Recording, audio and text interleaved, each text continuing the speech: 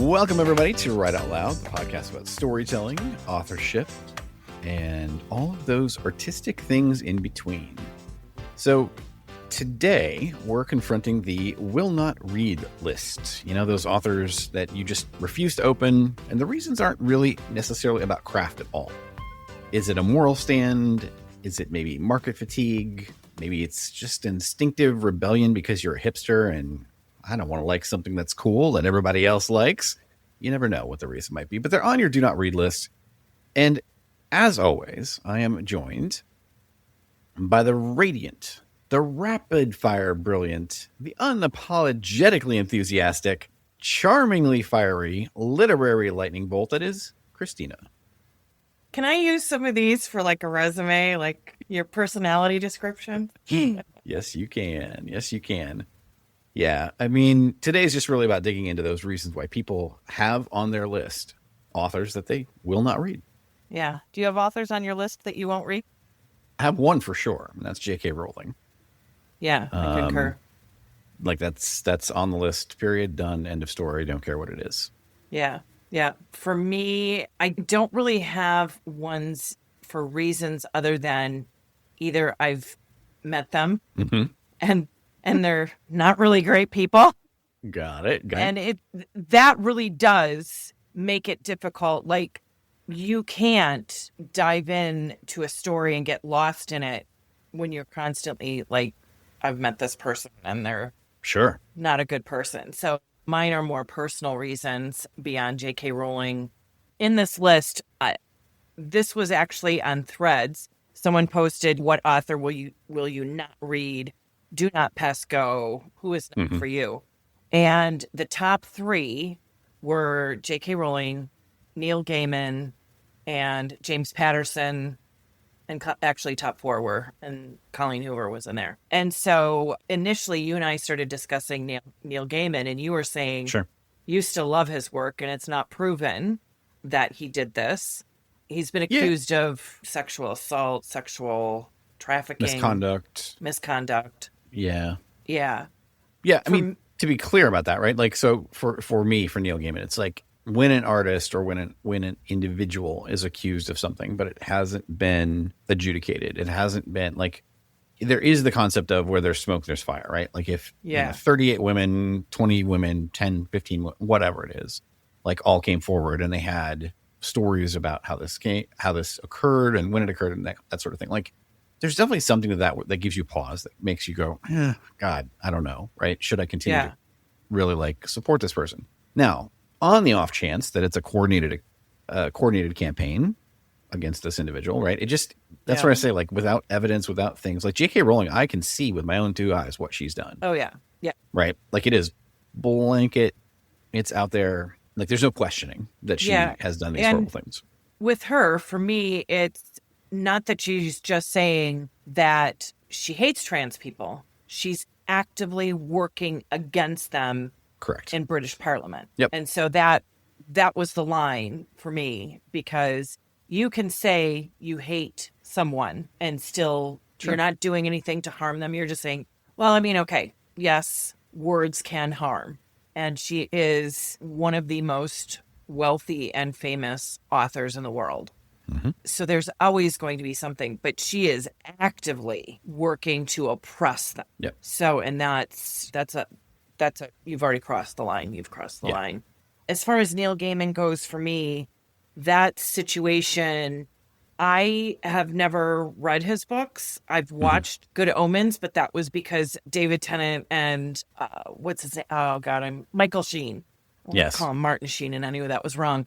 And I love those two. Those two have such chemistry. So it wouldn't have mattered if the name behind it was Neil Gaiman or it was another based on a different kind of book. Anytime you put David Tennant and Michael Sheen together, I'm in. So I never really read his stuff, but I always admired what he said about writing and writers. And that I do find a little bit difficult to separate him, the person, because that's more biographical than it is fiction. You're not, like with fiction, you're diving in and you're becoming lost in a different world.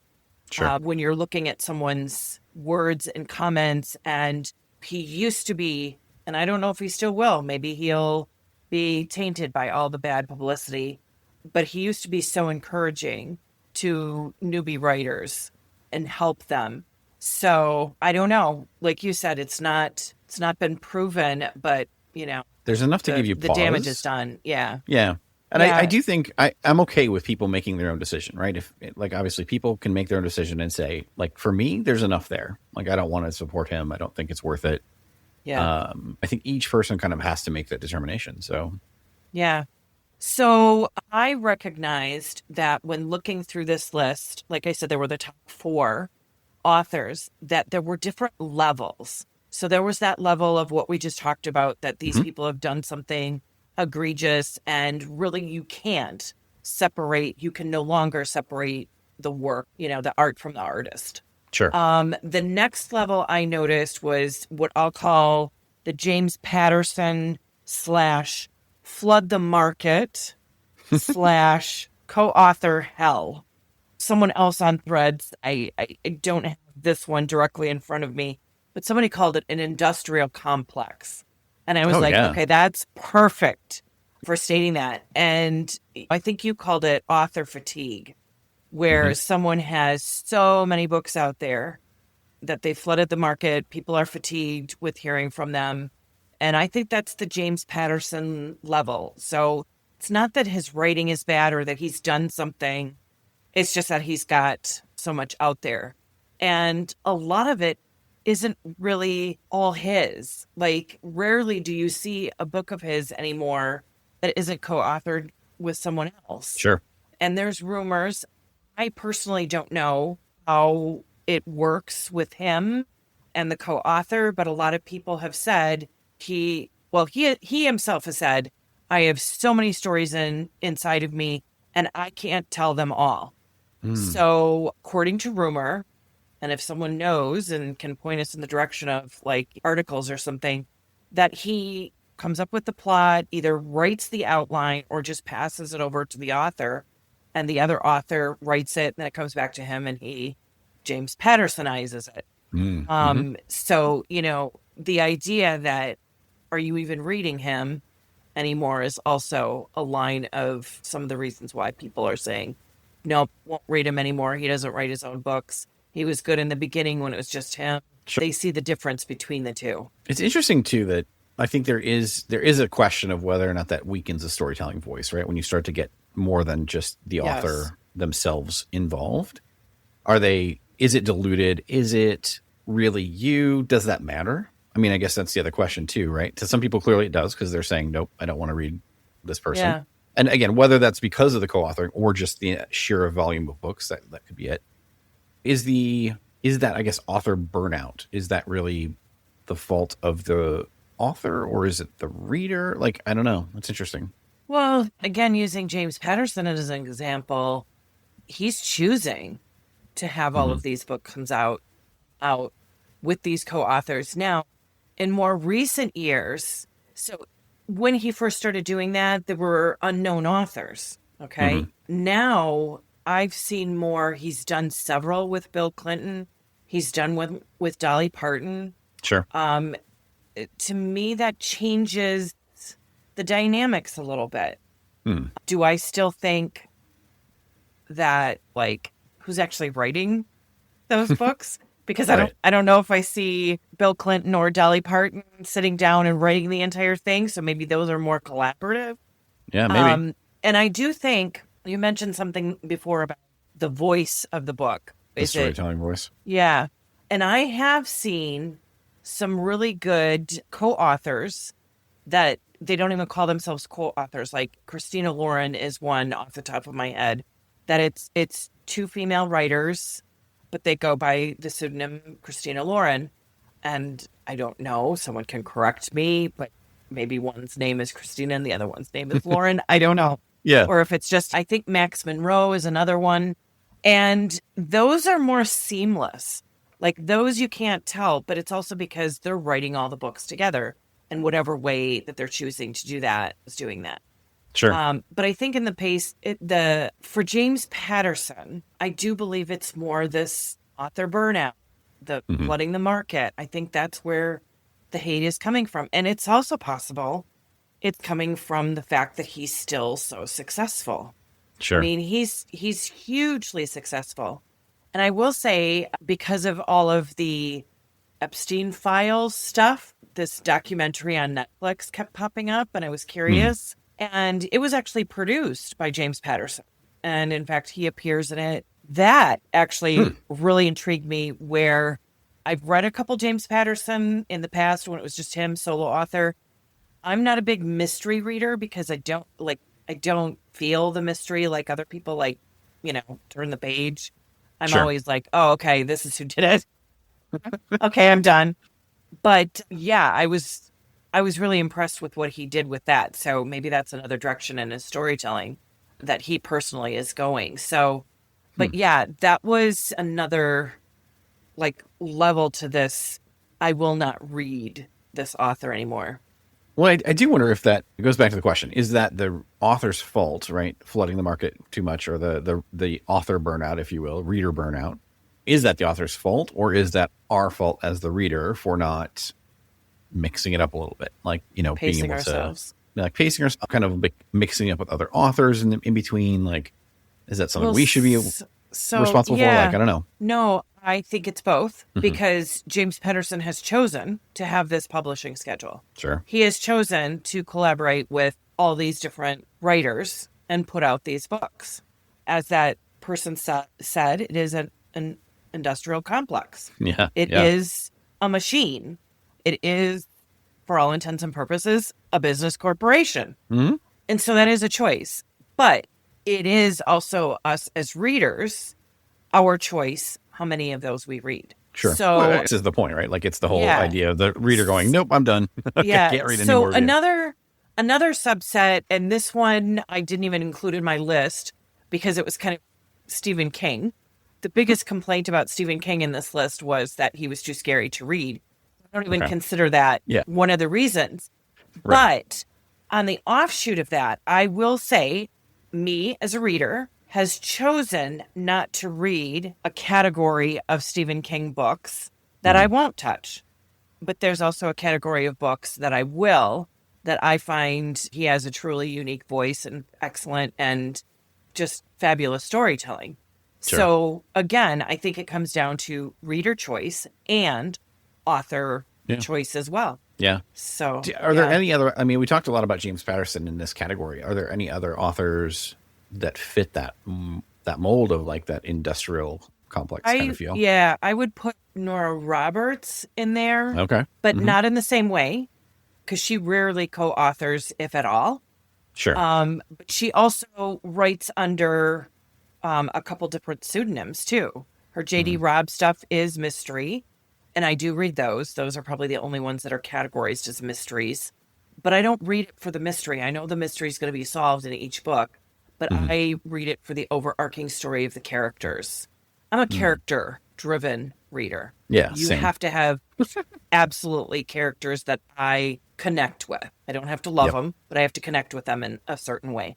But Nora Roberts, hers is partially her choice, but it's also partially publisher's choice. So the reason I say that is because she started publishing, I don't know if it was the late 70s or early 80s, but by the 90s, she had so many early books that now that she had become hugely popular, Harlequin was reprinting all these books all the time. And so the market, I believe, did become saturated a little bit. But that's because Harlequin wanted to milk kind every of penny. recoup. Well, not just that, but also in a way I can understand this.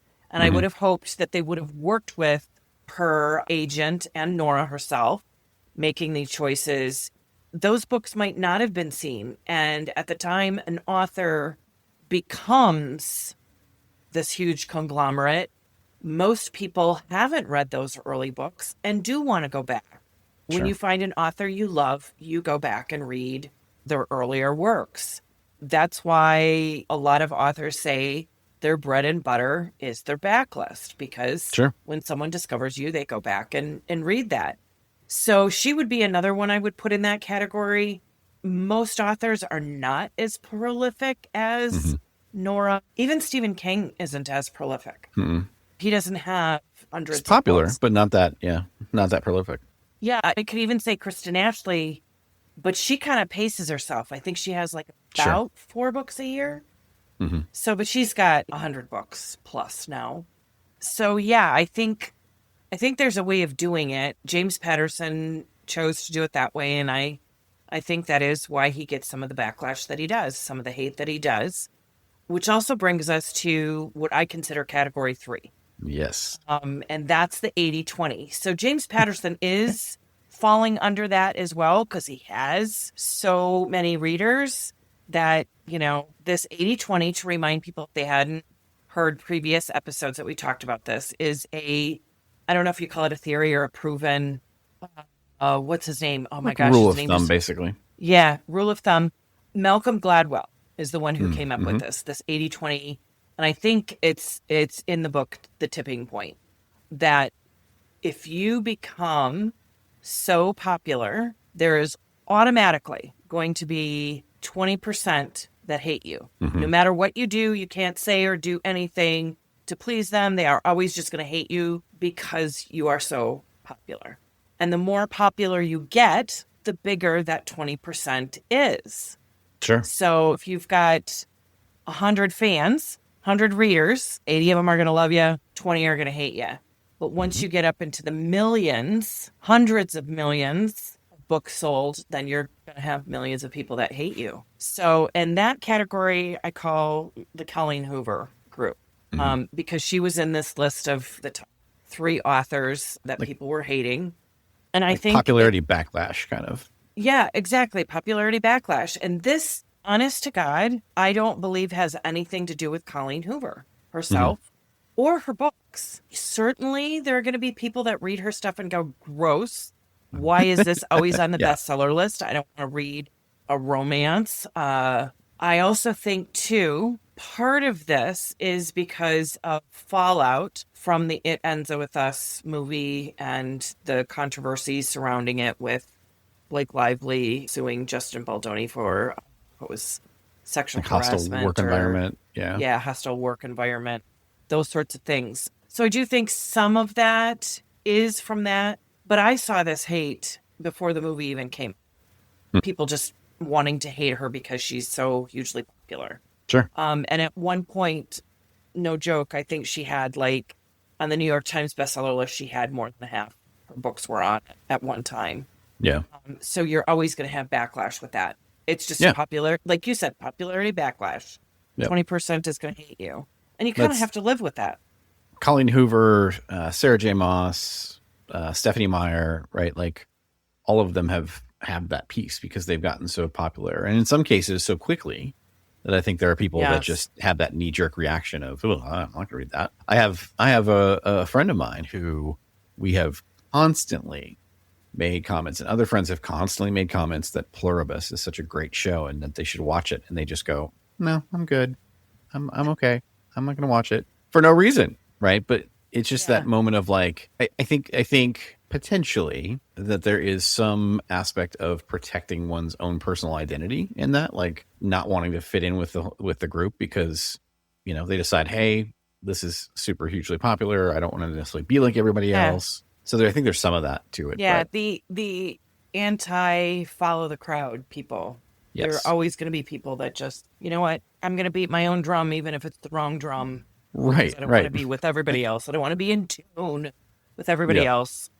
And it's the question of, is that an act of principle or is that a performance? right? Like, are you Yeah. doing it just to show off, or are you doing Yeah. it because you really truly feel like there's some reason not to Right. jump on that bandwagon? Right. I do have a different viewpoint too of that bandwagon, and we've talked about it on the podcast before. It's the storytelling versus writing and the Stephanie Meyer story. I do think, and I want to read a comment from one of the people who replied to this, because this is kind of the point. He replied, none, as in there's no authors that he refuses to read. There's always something to learn or steal, even if the author is human feces. Now, I don't know about the human feces part, but that was me with Stephanie Meyer. I can admit she's not the greatest writer out there, but she was a really good storyteller. And there was something to learn there. I mean, she's so hugely popular. So I do think it is worth, specifically writers, it is worth your time. Colleen Hoover, you've never read her, but she's hugely popular. Read one of her books and go, okay, I'm not reading this for enjoyment, pleasure. I am reading this to figure out why she has captivated such a large audience. Sure. Same thing I've always said with Stephanie Meyer. That's something there. So, yeah, so the Colleen Hoover level, is it fair hate? No. No, probably not. But you know what? If you want to sell millions of copies of your books, then kind of prepare yourself. Like, the more books you sell, that the vocal piece of the crowd is going to be that 20% of the haters. Oh, for sure. So, yeah. Yeah. I mean, you got to be prepared for that. Absolutely. Yeah. I laughed a little bit because someone replied on here that their author that they will not read is Herman Melville. And I just thought to myself, okay, first of all, he's not writing any new books. Second of all, doesn't he just have like one book out? Yeah, I don't know. It's like saying I don't want to read Edgar Allan Poe. I refuse. Okay, well, no, he is so good. Edgar Allan Poe is a different story for sure. Yeah. But yeah, it was such an interesting thread to read. People's perspectives are just so unique, and but I saw that pattern. There were 3 levels to this. Yeah, that's really cool. Hate. Yep. Well, I mean, at the end of the day, every reader is going to have their will not read list, and whether they admit it or not, it's a thing. Sometimes it's about principle, sometimes it's about exhaustion, and sometimes it's just about ego. But every time we close a book before opening it, we're making a statement about our values, our identity, and the stories that we're willing to let shape us. So maybe the real question is, should we read them? Maybe the real question is, why won't we read them? But if your bookshelf is a mirror, what does yours reflect? Think about that, and thanks for tuning in. This, of course, is Right Out Loud.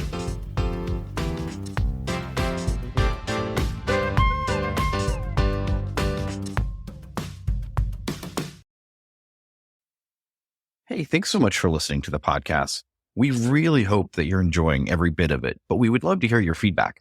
Drop us an email either to matt@rightoutloudpod.com or Christina@bookmatchmaker.com. We would love to hear your thoughts.